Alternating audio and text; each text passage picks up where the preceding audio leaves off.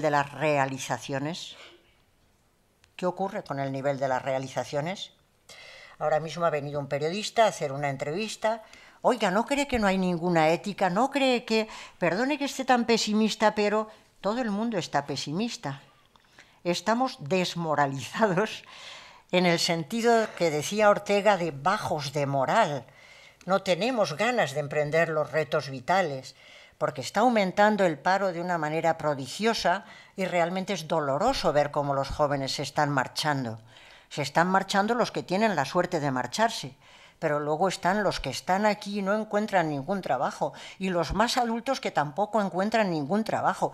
Y a ellos se añaden los escándalos de corrupción, y la gente piensa, y para eso sirve la ética, que con la corrupción, si no se hubiera ido el dinero que se ha ido por los sitios por los que se ha ido y se hubiera empleado en sanidad, en educación, etcétera, mejor nos hubiera ido.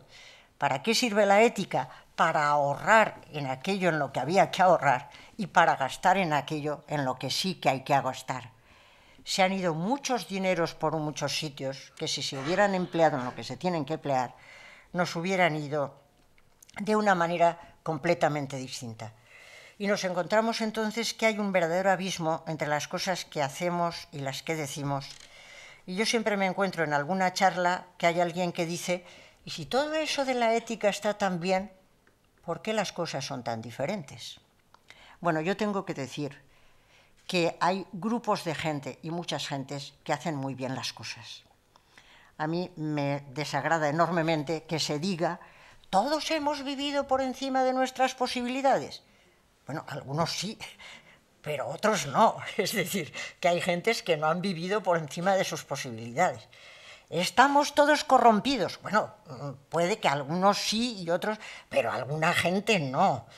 Todos hemos hecho, bueno, mire, no universalicemos y luego en cada una de las personas también hay de blanco y de negro, porque este afán de la universalización y el catastrofismo me parece que tampoco nos lleva a ningún realismo.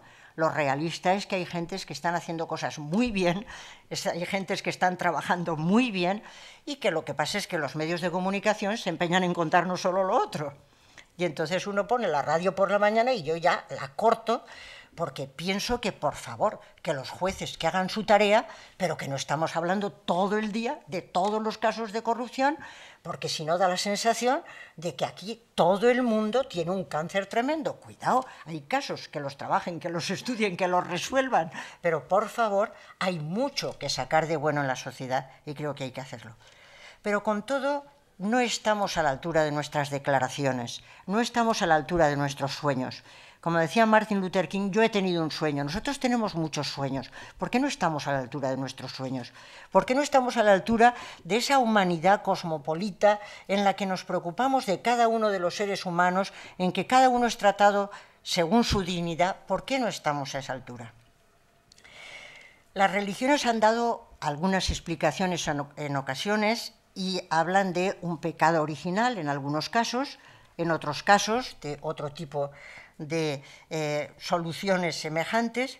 En la filosofía se ha hablado del mal radical y se ha dicho que los seres humanos estamos hechos de una madera tan torcida que no podemos hacer nada recto. Esto lo han dicho filósofos a los que yo tengo mucha afición, pero estaban convencidos de semejante cosa. Y hoy en día, y voy ahora al tema de la neurología y la biología, hay gentes que dicen que lo que ocurre es que biológicamente tenemos una estructura moral, pero no estamos preparados para llegar a esa altura de nuestros sueños, nuestras declaraciones, sencillamente porque somos inevitablemente egoístas. Habrán oído hablar del famoso gen egoísta. Tenemos un gen egoísta que hace que seamos inevitablemente egoístas. Y si los seres humanos somos inevitablemente egoístas, entonces no nos podemos preocupar de los derechos de todos los seres humanos ni de las capacidades de todos los seres humanos, sino que cada uno se ocupa de sí mismo y no puede hacer otra cosa. Y todo lo demás sería cosmética y todo lo demás sería dar la sensación de que sí que podemos, pero no podemos. A mí me parece que ese tema es muy importante. A mí me parece que es importante saber si no tenemos más remedio que ser egoístas y que no tenemos más remedio que ocuparnos de nuestro pequeño huertecito y que todo lo demás es hablar, pero en realidad no nos lo creemos. Esta tarde quería hablarles de eso. ¿No nos lo creemos? ¿Podemos hacer algo más? Voy a mantener el suspense hasta el final para que no se me vayan de la sala, porque después de haber congregado a tanto público sería muy triste que se fueran marchando porque ya se saben la respuesta. Se la pueden imaginar, pero bueno, tampoco voy a adelantar acontecimientos. Creo que la idea del egoísmo biológico es algo que sacaron algunos autores cuando hablaban del gen egoísta, y sin embargo yo les tengo que comentar algo que a mí me parece muy bonito, y es que cuando Darwin escribió a mediados del siglo XIX sus trabajos sobre la evolución, sobre el origen de las especies, sobre el origen del hombre, pues parece que retrasó el libro sobre el origen del hombre porque apareció un misterio que es el llamado misterio del altruismo biológico. ¿Qué es eso del altruismo biológico? Pues es que algunos animales y los seres humanos son biológicamente altruistas, es decir, invierten parte de sus recursos en el bienestar de otros seres humanos. Ser altruista quiere decir invertir recursos propios en el bienestar de otros. Y eso para Darwin fue un problema, porque su teoría, el evolucionismo, con la teoría de la selección natural, lo que venía a decir es que lo que se seleccionaba evolutivamente eran aquellas características que aumentaban la eficacia reproductiva de los seres humanos en este caso y de las especies. Se entendía que lo que se iba a fomentar, lo que se iba a seleccionar son los genes que permiten la reproducción y fomentar la reproducción en un mismo sentido. Desde esa perspectiva, decía Darwin, ¿cómo puedo explicar, por ejemplo, y si quieren lo leen en El origen del hombre, cómo puede explicar que haya gentes que vayan a la guerra, que sean altruistas, que lo hagan por su patria, esto era en el siglo XIX, que vayan por su patria, mueren en la guerra y esos no se reproducen. En cambio, los que se quedan en casa, esos sí que se reproducen. Los que se quedan, no van, esos sí que se reproducen. Los altruistas tendría que ser gente que desaparece de la faz de la Tierra, porque invierten sus energías en otros y entonces pierden fuerza reproductiva. Los altruistas tendrían que desaparecer y sin embargo no desaparecen. ¿Qué es lo que pasa? El misterio del altruismo biológico le hizo a Darwin retrasar la aparición del origen de las especies. ¿Cuáles han sido las respuestas? Pues las respuestas las digo no porque les dé una clase de biología, por supuesto que no, sino porque esto va a hacernos pensar mucho. En primer lugar, hay quienes dicen es muy difícil compaginar esto con el gen egoísta y entonces un autor como Hamilton dice es que lo que ocurre es que lo que hay es altruismo genético. ¿Qué quiere decir altruismo genético? Pues que el que es altruista lo es con aquellos que son sus hijos o sus cercanos. Es decir, que de todas maneras una garantiza que son sus genes los que se van a reproducir, porque cuidamos a nuestros hijos, cuidamos a nuestros cercanos, a nuestros parientes, a los que están más cerca de nosotros. Y es verdad que los seres humanos no somos radicalmente egoístas, sino que tenemos la capacidad de cuidar a otros. Los padres cuidan a sus hijos, eso es clarísimo. Además se sienten horrorosamente mal cuando les apartan al hijo. Los padres son capaces de hacer cualquier cosa por el hijo, hasta el punto de que cuando alguien hace cualquier salvajada con un hijo suyo, todo el mundo dice, pero eso va contra naturaleza. Y es verdad, los padres cuidan de sus hijos, cuidan de sus cercanos, cuidamos de nuestros compañeros, y entonces Hamilton llega a la conclusión de que tenemos un altruismo genético que es de alguna manera un cierto egoísmo genético. Trabajamos por los nuestros.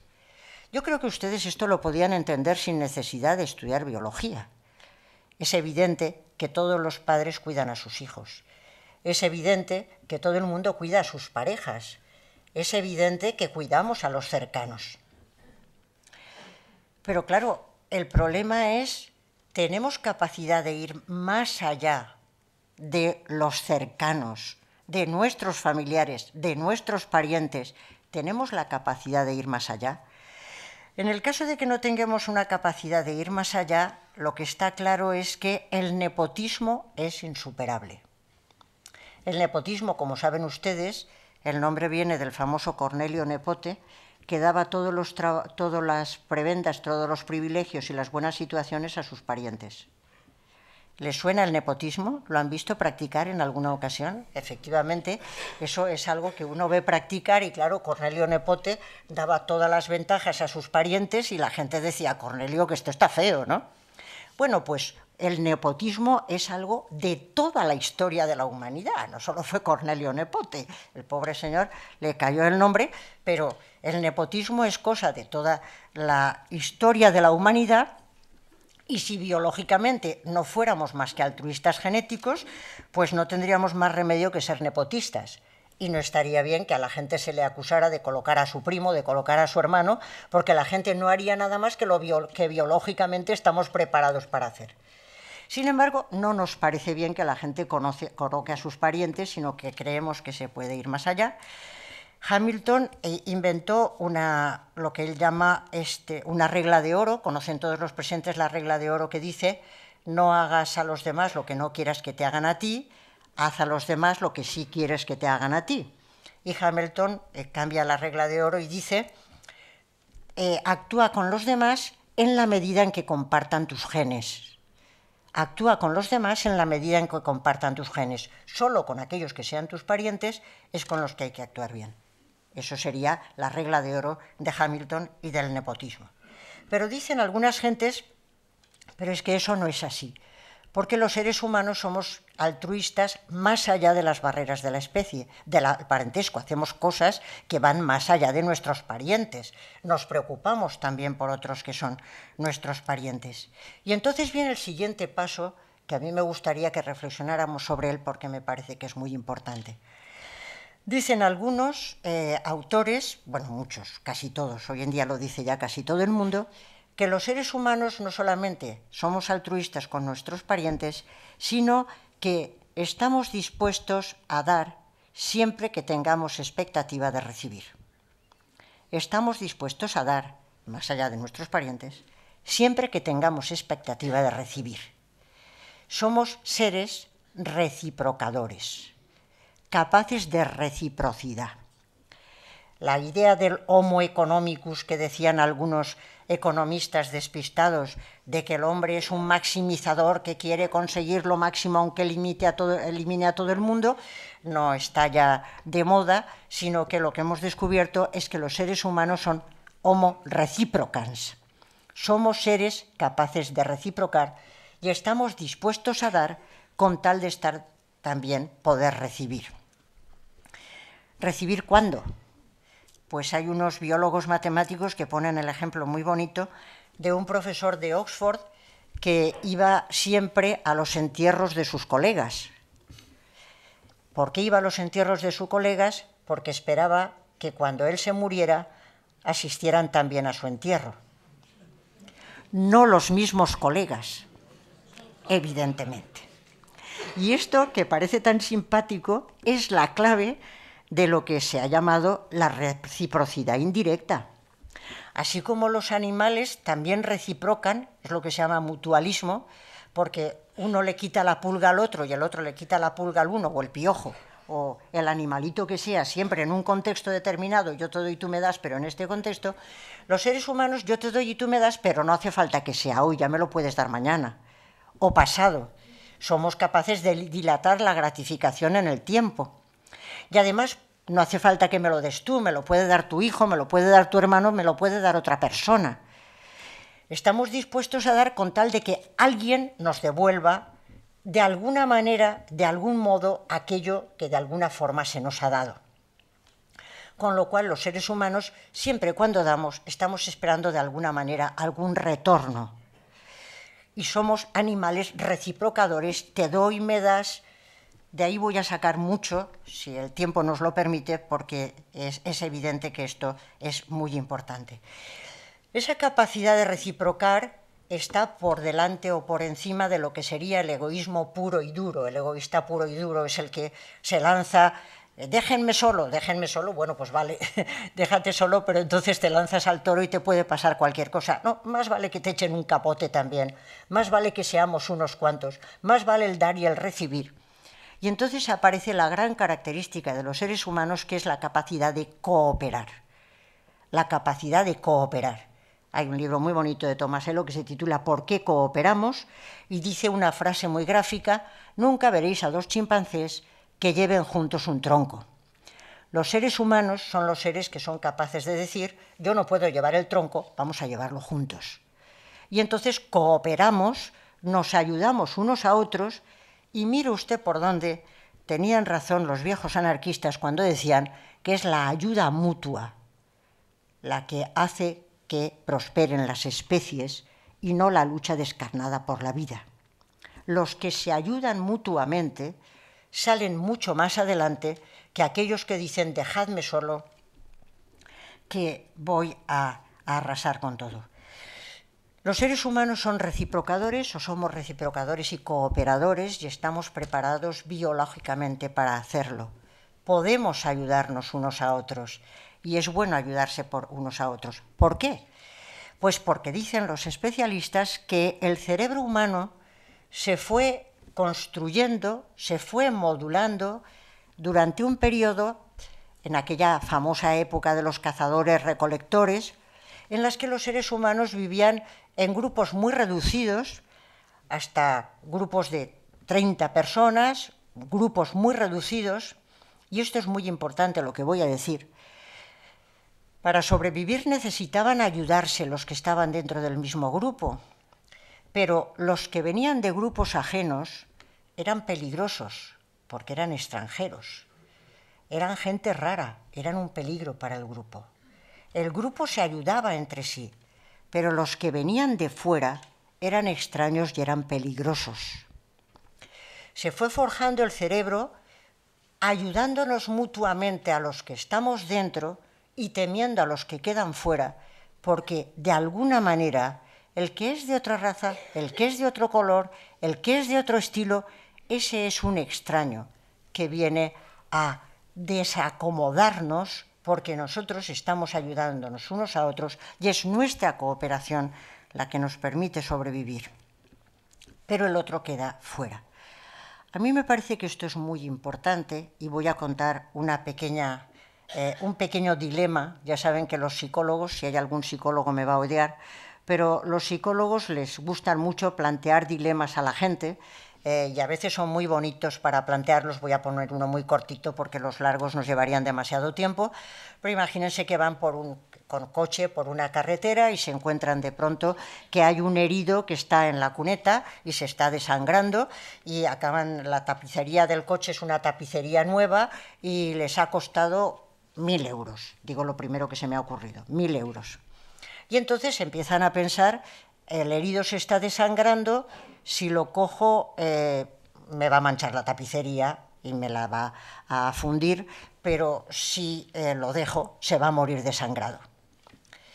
Se pasa el dilema a gente si se les pregunta ¿qué cree usted que debería de hacer la persona? ¿Qué es lo moralmente correcto?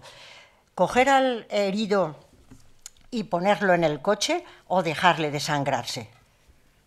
No les paso la encuesta porque me imagino la respuesta. Si me dicen que dejarle desangrarse, vámonos todos, ya pagamos porque ya no tenemos nada que hacer.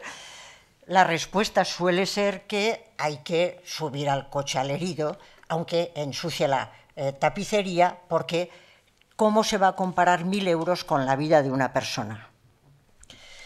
Bueno, ahora supongamos que uno llega a casa y se encuentra una carta de una organización solidaria en la que le pide 1.000 euros pues para que un niño que va a morir si no le mandamos esa cantidad, pues no se muera. Entonces uno recibe la carta, la organización es muy seria, no es de las organizaciones que luego se lo gastan todo ellos. No, es una organización muy seria, muy creíble. Pasamos la encuesta, el caso es el mismo, 1.000 euros la vida de una persona. Se pasa la encuesta, ¿cuál es la respuesta? Bueno, pues que tampoco pasa nada si no se mandan los 1.000 euros. ¿Por qué esa diferente reacción? Porque nos mueven mucho más emotivamente los cercanos que los lejanos. Nos mueven mucho más emotivamente los cercanos que los lejanos. Dicen los que entienden de esto que las emociones se situaron en el cerebro antes que la razón. Y todo lo emotivo nos toca mucho. Todo lo que es emocionante nos toca mucho, nos remueve. Luego ya viene el cerebro que razona, que discurre, y los argumentos están muy bien, y eso es muy hermoso, pero lo emotivo es lo que nos sacude. Y estamos acostumbrados, en toda esa época en que se formó el cerebro, a ocuparnos y emocionarnos con el cercano y no con el lejano, que, voy a decirlo de una manera que lo entiende todo el mundo, ojos que no ven, corazón que no siente. Ojos que no ven, corazón que no siente. Y hay una enorme preocupación por ¿y quién se ocupa de los lejanos? Pues pocos, porque ojos que no ven, corazón que no siente. Lo emocional, lo que tenemos cerca, es lo que más nos conmueve y lo que más nos preocupa. Hay muchos dilemas que podría contar, son muy bonitos, pero con este yo creo que se han hecho una idea de por dónde va el asunto. Es importante conocerse a sí mismo, ya lo decía Sócrates. Es importante saber que emocionalmente nos conmueven mucho más los parientes, los cercanos, que los que están lejos. Es importante saberlo. Porque la gran pregunta que creo que tenemos que hacernos esta tarde y muchos días es, ¿y lo que queremos es preocuparnos solo de los cercanos y no de los lejanos porque no nos conmueven emotivamente, o queremos hacer algo más? La ética tiene que ver con el preguntarse qué queremos hacer, a dónde queremos ir. No solo biológicamente para qué estamos preparados, sino hacia dónde queremos llevar el curso de nuestras vidas. ¿Qué tradiciones religiosas, filosóficas, culturales, literarias son las que nos van a interesar? ¿Hasta dónde queremos llegar? ¿Hasta los que tenemos cerca o queremos ir más allá? Si nos quedamos en esto que tenemos cerca, tenemos hoy en día bastantes cosas importantes. La cooperación es buena. Vivimos en sociedades contractualistas y los seres humanos estamos preparados para contratar, para dar y recibir. En la economía y en la política, nuestras sociedades son contractualistas. ¿Por qué? Porque nosotros estamos dispuestos a pagar unos impuestos. Bueno, hay gente que no está dispuesta ni loca, pero en principio estamos dispuestos a pagar unos impuestos, estamos dispuestos a cumplir nuestra parte de los deberes, etcétera, etcétera, siempre que en contrapartida se respeten nuestros derechos y haya unas reglas que han cristalizado ese devolvernos que estamos esperando de alguna manera. Esperamos que se nos devuelva también el vivir en una sociedad en seguridad, una sociedad en paz, una sociedad en la que se nos proteja, una sociedad en la que se nos ayude. Estamos preparados para vivir en sociedades contractualistas y realmente eso es lo que hacemos, vivir cooperativamente y contractualistamente. Y eso me parece que es un paso que es muy importante. Es muy importante porque lo otro es peor, y voy a contar, lo siento, pero es que me sabe mal no contar la anécdota de mi amigo, que siempre que la cuento tiene mucho éxito. Un amigo que es una persona bondadosísima, la cuento en mi libro Para qué sirve realmente la ética. Es alguien verdaderamente bondadosísimo, excepto cuando juega al parchís. En el momento en el que juega al parchís, se le olvida... juega con su mujer, con sus hijos, yo he jugado con él, con su mujer, con sus hijos y tal, y en cuanto nos ponemos delante del parchís, se olvida la familia, se olvida de todo el mundo, y su única obsesión no es ganar, es matar a todos los demás. Es matar a todos los demás. Y además es repugnante jugar con él, porque disfruta tanto cuando mata otra ficha, que la mata y dice, a casa. Eso ya le ha hecho feliz. Entonces empieza a contar, cuenta 20, y se encuentra otra ficha, a casa, y sonríe, y es feliz. Y si la ficha está a punto de entrar en la meta, ya la felicidad es total. Yo he aprendido mucho con mi amigo, que es una persona de las mejores que conozco, pero cambia totalmente con el parchís. Y he aprendido una cosa, y es que a lo largo del juego, los demás jugadores, al final, ya nos da igual ganar que perder. Lo único que queremos es hundirle a él. esto hay que aprenderlo para la vida. Es mejor generar aliados que adversarios. Yo esto le he aprendido. Es mejor generar aliados que adversarios. Y cuando en la Fundación de Ética de la Empresa, de la que yo soy directora desde hace 23 años, cuando yo creí que aquello iba a durar un telediario, les decimos a las empresas, más vale generar aliados que adversarios, porque la empresa que genera trabajo, genera puestos de trabajo, tiene a sus trabajadores como corresponsables, como gentes que pueden aportar cosas a la empresa, que tienen un salario digno, que ofrece buenas cosas a los clientes, que la empresa que genera aliados cooperativamente permanece mejor en el medio y en el largo plazo, porque si no al final acaba ocurriendo como a mi amigo, siempre estoy a punto de marcharse, írseme la palabra, el nombre, no lo digo, en el libro pongo un nombre que no es el que es, porque además él está harto de oírme contar el ejemplo, pues creo que quien trata de buscar aliados y no adversarios es alguien al que las cosas le van mejor. Y por eso una de las cosas que digo en el libro es la ética es rentable, la ética es rentable.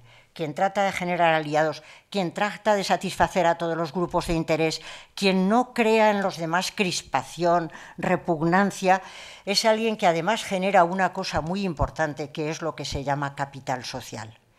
Uno va generando relaciones, la gente después tiene ganas de cooperar, después puedes contar con ellos otra vez, porque tú has contado, porque ellos cuentan contigo, y eso es algo que siempre se gana, y es muy importante.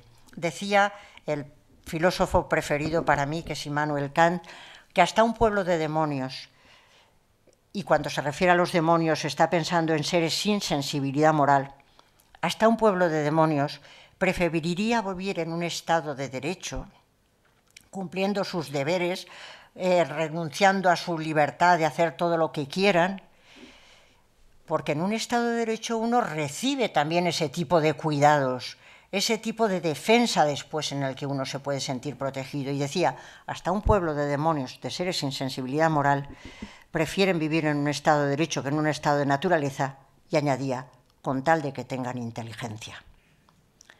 Es importante ser inteligente. Es más inteligente cooperar que crispar a todos los demás. Es más inteligente cooperar que crispar a todos los demás. Es más inteligente buscar ayudas, gentes con las que se pueda trabajar conjuntamente, y eso me parece que es fundamental. Pero vamos llegando ya a la última parte de la charla. Si alguno me ha oído esto, pues que lo oye otra vez. A mí me parece que efectivamente hay demonios inteligentes, pero también hay demonios estúpidos. Los demonios estúpidos son los que buscan arrasarlo todo, maximizar, quedarlo todo, quedarse solos. Esos son los demonios estúpidos. Los demonios inteligentes buscan la cooperación y buscan la ayuda mutua. Pero hay un salto más que creo que tenemos que dar cuando estamos preguntándonos para qué sirve la ética. Existen las personas. Y las personas, además de ser inteligentes y de saber cooperar, tienen que tener también sensibilidad moral. ¿Y a qué me voy a referir con la sensibilidad moral? A que las personas tienen que tener también sentido de la justicia y sentido de la gratuidad. No basta con cooperar, no basta con buscar aliados y no solo adversarios. Hay un paso más que podemos dar, y es el paso de movernos por el sentido de la justicia y el sentido de la gratuidad, que es el momento de la sabiduría moral. Si nos quedamos en el ámbito de la cooperación, y me parece mucho mejor la cooperación que el conflicto, y hay que ir por pasos, si nos quedamos en el momento de la cooperación, resulta ser que intentamos dar y recibir. Pero ¿qué pasa con todos aquellos de los que se piensa que no tienen nada que devolver a cambio? ¿Qué pasa con aquellos que la gente dice, estos no pueden darme nada? Esos se quedan fuera. Y luego la gente dice, es que hay excluidos. Claro que hay excluidos.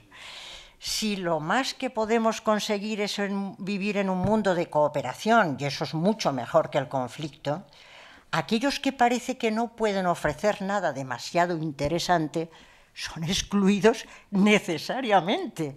Y se pueden hacer muchas campañas y muchas proclamas, pero es que los estamos dejando fuera por definición.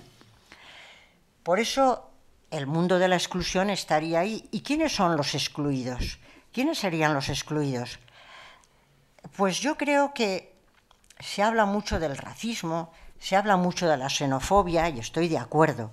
Es verdad que en muchas ocasiones, cuando uno ve a una persona que resulta como muy distante, pero yo me he inventado algo, que alguno me lo habrá oído decir, pues que se lo apunte, porque no he tenido ningún éxito. Yo creo que más que xenofobia, lo que hay es aporofobia.